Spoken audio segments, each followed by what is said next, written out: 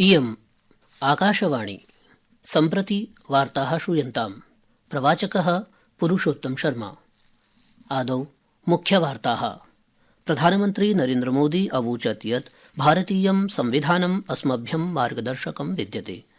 मन की बात कार्यक्रमे श्रीमोदिना अग्रिमे मासे महाकुम्भे भागं स्वीकृत्य ऐक्यस्य सङ्कल्पं दृढीकर्तुं जनाः अध्यर्थिताः।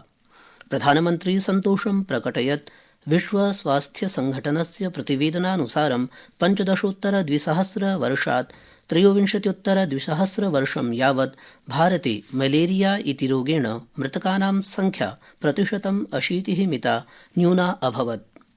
दक्षिण कोरिया देशे विमानदुर्घटनायां 77,100 जनाः मृत्युमुपगताः। तत्र साहाय्योद्धारकार्यं सजवं विधीयते।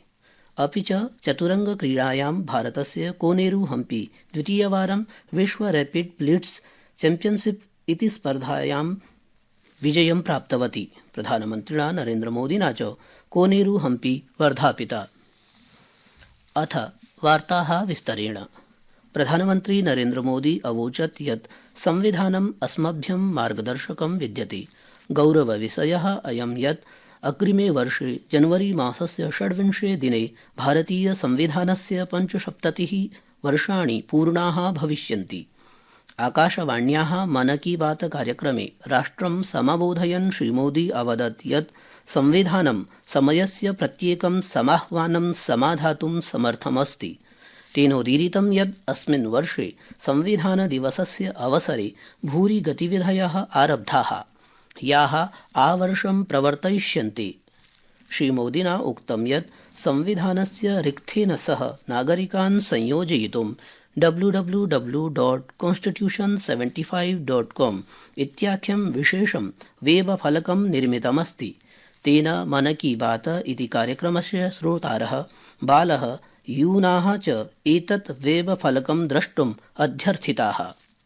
श्रीमोदिना उक्तं यत् अग्रिमे वर्षे जनवरी मासस्य 13 दिनात् प्रयागराजे महाकुम्भः आरप्स्यते। एतदर्थं सङ्गमतटे सन्नद्धता जवेन विधीयते। प्रधानमन्त्रिणा गौरवं प्रकटितं यत् कुम्भस्य विशेषता केवलं तस्य विशालता नास्ति, अपि तु अस्य विविधतायाम् अपि वर्तते। तेनोक्तं यत् कुम्भः ऐक्यस्य महाकुम्भः अपि विद्यते। श्रीमोदिना महाकुम्भे भागं स्वीकृत्य ऐक्यस्य सङ्कल्पं दृढीकर्तुं जनाः अध्यर्थिताः। मैं आप सबसे कहूंगा, जब हम कुंभ में शामिल हो तो एकता के इस संकल्प को अपने साथ लेकर वापस आए। हम समाज में विभाजन और विद्वेष के भाव को नष्ट करने का संकल्प भी लें। अगर कम शब्दों में मुझे कहना है तो मैं कहूंगा, महाकुंभ का संदेश एक हो पूरा देश। महाकुंभ का संदेश एक हो पूरा देश। और अगर दूसरे तरीके से कहना है तो मैं कहूंगा, गंगा की अविरल धारा न बटे समाज हमारा। सबमेव प्रधानमन्त्रिणा गङ्गायाः प्रवाहमेव अविभाजितसमाजस्य अपि आशा प्रकटिता। प्रधानमन्त्रिणा उक्तं यत् कुम्भमेलापकस्य पूर्णं क्षेत्रं AI सञ्चालितैः चित्रग्राहकयन्त्रैः संवलितं क्रियते। पहली बार कुंभ आयोजन में AI चैटबॉट का प्रयोग होगा। AI चैटबॉट के माध्यम से 11 भारतीय भाषाओं में कुंभ से जुड़ी हर तरह की जानकारी हासिल की जा सकेगी। इस चैटबॉट से कोई भी टेक्स्ट टाइप करके या बोलकर किसी भी तरह की मदद मांग सकता है। पूरा मेला क्षेत्र को AI पावर्ड कैमरा से कवर किया जा रहा है। श्रद्धालवः डिजिटल इति अंकीय माध्यमेन प्राप्तं विलुप्तं चेति केन्द्रस्य सौविध्यमपि प्राप्स्यन्ति। एनिमेशन इत्येनम् आलक्ष्य श्रीमोदी प्रसन्नतया अवोचत् यत् कृष त्रिश बाल्टीबॉय KTB इति बालेभ्यः आनन्दप्रदा चलच्चित्रशृङ्खला विद्यते, यस्याः द्वितीयं संस्करणं विशेषतया गोवायाम् आयोजिते भारतीयान्ताराष्ट्रियचलच्चित्रमहोत्सवे आरब्धम्। एषा दूरदर्शनेन समम् अन्यासु अपि OTT प्रसारणवाहिकासु द्रष्टुं शक्यते। आकाशवाणीतः अपि अस्याः प्रसारणं प्रत्येकं रविवासरे प्रातः 10:30 विधीयते। एनिमेशन इत्याधारितानां चलचित्राणां सामान्यचलचित्राणां धारावाहिकानां च लोकप्रियतया सिध्यते यत् भारतस्य चलचित्रोद्योगे कियत् सामर्थ्यं वर्तते। श्रीमोदिना चलचित्रमनोरञ्जनजगतः जनाः वर्धापिताः, यतो हि तैः एकं भारतं श्रेष्ठं भारतं चेति भावना सुदृढ़ा कृता। हमारी एनिमेशन फिल्मों की, रेगुलर फिल्मों की, टीवी सीरियल्स की पॉपुलैरिटी दिखाती है कि भारत की क्रिएटिव इंडस्ट्री में कितनी क्षमता है। यह इंडस्ट्री न सिर्फ देश की प्रगति में बड़ा योगदान दे रही है, बल्कि हमारी इकोनॉमी को भी नई ऊंचाइयों पर ले जा रही है। मैं अपनी फिल्म और एंटरटेनमेंट इंडस्ट्री को इसलिए भी बधाई देता हूं क्योंकि उसने एक भारत श्रेष्ठ भारत के भाव को सशक्त किया है। आकाशवाण्याः मन की बात इति कार्यक्रमे प्रधानमन्त्री नरेन्द्र मोदी सन्तोषं प्रकटयत् यत् विश्व स्वास्थ्य संघटनस्य प्रतिवेदनानुसारं 15,200 त्रयोविंशत्युत्तर-2000 यावत् भारते मलेरिया इति रोगेण मृतकानां संख्या 80% मिता न्यूना अभवत्। उत्तरप्रदेशस्य मुख्यमन्त्री योगी आदित्यनाथः अद्य राष्ट्रपतिना द्रौपदी मुर्मु वर्यया सह राष्ट्रपतिभवने अमिलत्। तेन राष्ट्रपतिः द्रौपदी मुर्मुः आगामि मासे आरप्स्यमाणे महाकुम्भ पर्वणि उपस्थातुं निमन्त्रिता। अवधेयं यत् महाकुम्भः जनवरी 13 दिनात् फरवरी 26 दिनं यावत् भविष्यति।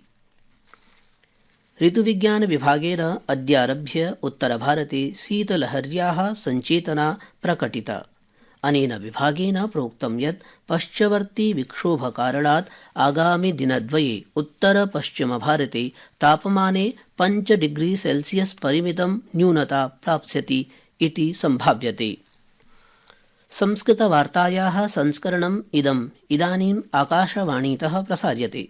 सममेव अयं कार्यक्रमः आकाशवाण्याः अन्तर्जालपटले www.newsonair.gov.in इत्यत्र अथ न्यूज़ ऑन एआईआर चलदूरभाषीय तन्त्रांशे अपि उपलब्धो भविष्यति।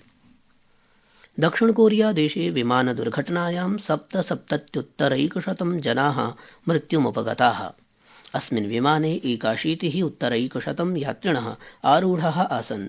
एतत् विमानं बैंकॉक नगरात् दक्षिणकोरियायाः सियोल क्षेत्रतः 200 किलोमीटर यावत् दूरस्थं मुवान् नगरं प्रति गच्छति स्म। तत्र साहाय्योद्धारकार्यं सजवं विधीयते। तत्रत्येन प्रशासनेन अधिकारिभ्यः सर्वसम्भवसाहाय्यकार्याय निर्देशाः प्रदत्ताः। प्रधानमन्त्री नरेन्द्र मोदी अद्य कोनेरू हम्पी इत्येनां चतुरङ्गक्रीडायां भारतस्य विश्व रैपिड वेल्टिट् चैम्पियनशिप इति स्पर्धां विजेतुं वर्धापितवान्। एकस्मिन् सामाजिकसञ्चारपटले श्रीमोदी तस्याः द्वितीयविजयाय तस्याः प्रशंसां कृतवान्। अवधेयं यत् कोनेरू हम्पी चीनस्य जू वेन्जुअन् इत्यस्याः अनन्तरं द्वितीया क्रीडिका संवृत्ता यया एकाधिकवारम् एषा स्पर्धा विजिता। श्रीमोदी अवोचत् यत् कोनेरू हम्पी अन्येभ्यः प्रेरणास्रोतरूपा वर्तते। जम्मूकश्मीरस्य श्रीनगर जम्मू राष्ट्रिय राजमार्गः अद्य वाहनानां गमनागमनाय पुनः उद्घाटितः। अयं राजमार्गः कश्मीरक्षेत्रे प्रतिकूल ऋतुप्रभावेण अथ च प्रचण्ड हिमपातकारणेन शुक्रवासरात् दिनद्वयं यावत् पिहितः। यातायात अधिकारिणा प्रोक्तं यत् यात्रिभ्यः वाहनेभ्यः च उभाभ्यां दिशाभ्यां राजमार्गे गमनागमनस्य अनुमतिः प्रदत्तास्ति। तेन प्रोक्तं यत् यात्रिणः राजमार्गे अनुशासनस्य पालनं कुर्युः।